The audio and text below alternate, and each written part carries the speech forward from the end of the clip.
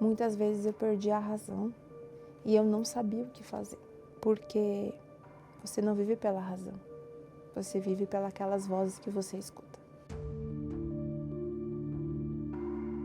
Eu cresci num lar com conflitos entre meus pais, né? A minha mãe buscava socorro com crenças, com religião, e na busca de suprir essa falta, a minha mãe começou a me levar para ter consulta com espíritos. E o meu fundo de poço foi quando a minha mãe morreu, que era o meu centro. O meu pai nessa época saiu de casa, eu fui morar de favor na casa dos outros, e aí fui me perdendo. Aí cada vez mais eu fui me envolvendo no mundo dos espíritos. Eu comecei a ficar deprimida, eu comecei a ver vultos, a ouvir vozes, desenvolvi vícios de cigarro, de bebida e comecei a viver uma vida ilusória. Eu sofri ameaças dos espíritos, porque a partir do momento que eu tomasse alguma decisão de deixá-los, eles iam me deixar numa cadeira de roda ou deficiente ou levar a minha alma. Então os espíritos começaram a dominar todas as áreas da minha vida.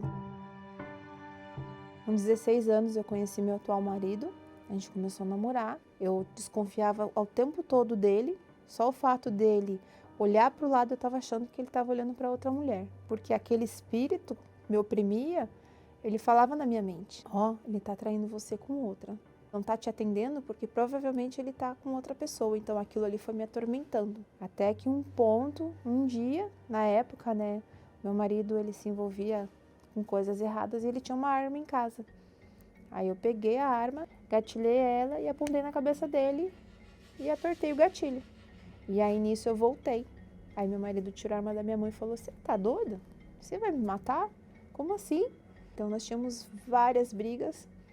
Dentre essas brigas eu tinha tentado já 2 vezes o suicídio. Na terceira que eu fui concretizar esse suicídio foi quando a gente estava andando, né, na rua, ele pilotando a moto, e a gente começou a discutir, e aí eu comecei a ouvir vozes na minha mente. Silvia, pula dessa moto.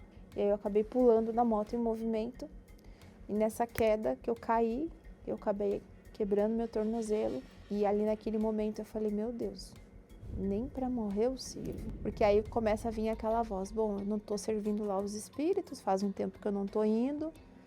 Eles falaram que se eu abandonasse eles, eles iam me deixar numa cadeira de roda, até mesmo tirar minha vida. Eu tenho que voltar lá.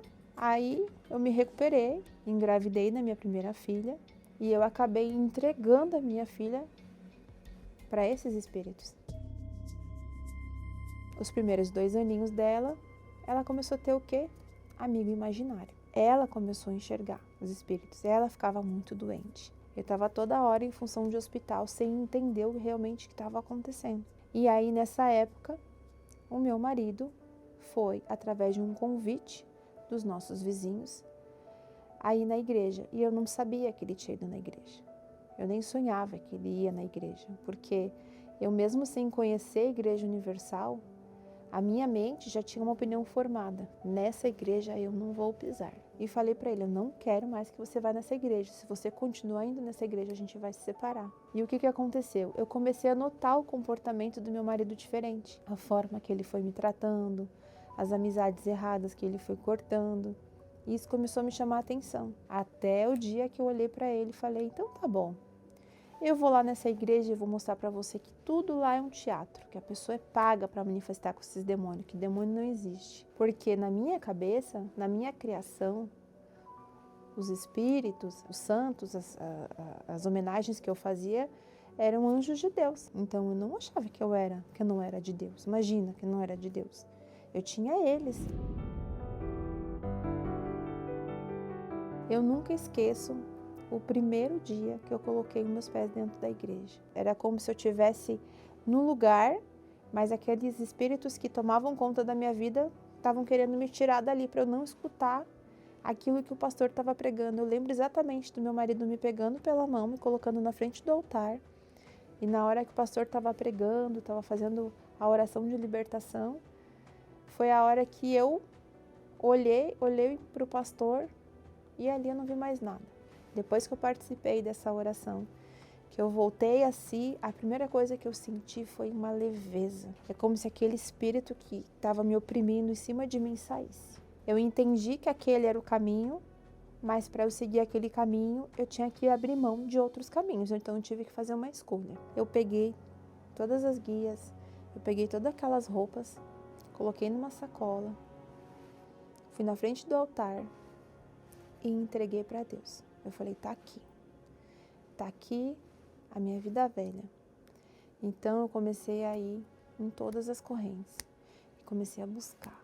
Eu falei, eu quero esse Deus, eu quero esse Deus. Eu já tinha me livrado dos vícios, eu já me sentia uma mulher mais completa, uma mãe melhor, uma esposa melhor, mas faltava algo fundamental na minha vida, que era o Espírito Santo. Por que que a Silvia demorou para receber o Espírito Santo? Porque eu tinha orgulho e porque eu tinha mágoa.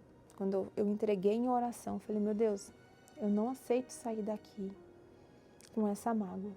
Eu quero, eu desejo, eu tenho sede do teu Espírito. Aí eu continuei a buscar. Aí participei de uma vigília, comecei a orar, e eu comecei a falar tudo para Deus. Eu falei, meu Deus, não tem mais nada que impeça do seu Espírito habitar em mim.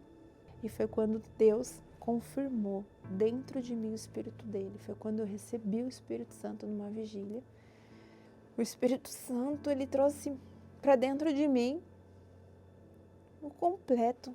Tudo aquilo que faltava na minha vida, que eu achava que ia ser um bom casamento, que tendo filho, que tendo uma família feliz era o suficiente, mas não bastava. Eu realmente precisava de Deus na minha vida. Se não fosse Deus, hoje eu estaria morta. O Espírito Santo na minha vida, ele é o meu tudo, é o meu amado, é o meu tudo, o meu pai, o meu baluarte, a minha vida, a minha direção. Depois que eu recebi o Espírito Santo, eu consegui construir, a minha família, consegui estudar, me formar. Hoje a Silvia é uma nova mulher, hoje eu sou uma esposa, hoje eu sou uma mãe e hoje eu sou uma profissional realizada. Eu amo meu marido, eu amo as minhas filhas são uma bênção. A minha filha que estava outra hora lá na minha barriga e nasceu em outra religião, em encontro com outros espíritos, hoje é uma bênção na minha vida, é estudiosa, inteligente, só me dá orgulho. A minha outra filha também. Então, assim, o reflexo da minha vida é transparente, acaba transparecendo para os meus familiares, meus colegas de trabalho, as pessoas que eu tenho pouco, às vezes, acessam, olham para mim e falam que eu tenho uma luz diferente, que eu tenho um brilho diferente. E eu falo que tudo isso é a obra do Espírito Santo, porque eu não tinha uma voz doce, eu tinha uma voz agressiva, uma voz triste. E eu falo que desde a nossa voz o Espírito Santo transforma. A forma que a gente conversa, a forma que a gente se comporta, eu falo que a maior evangelização é o nosso comportamento, quem eu sou da porta da minha casa para dentro e da porta da minha casa para fora.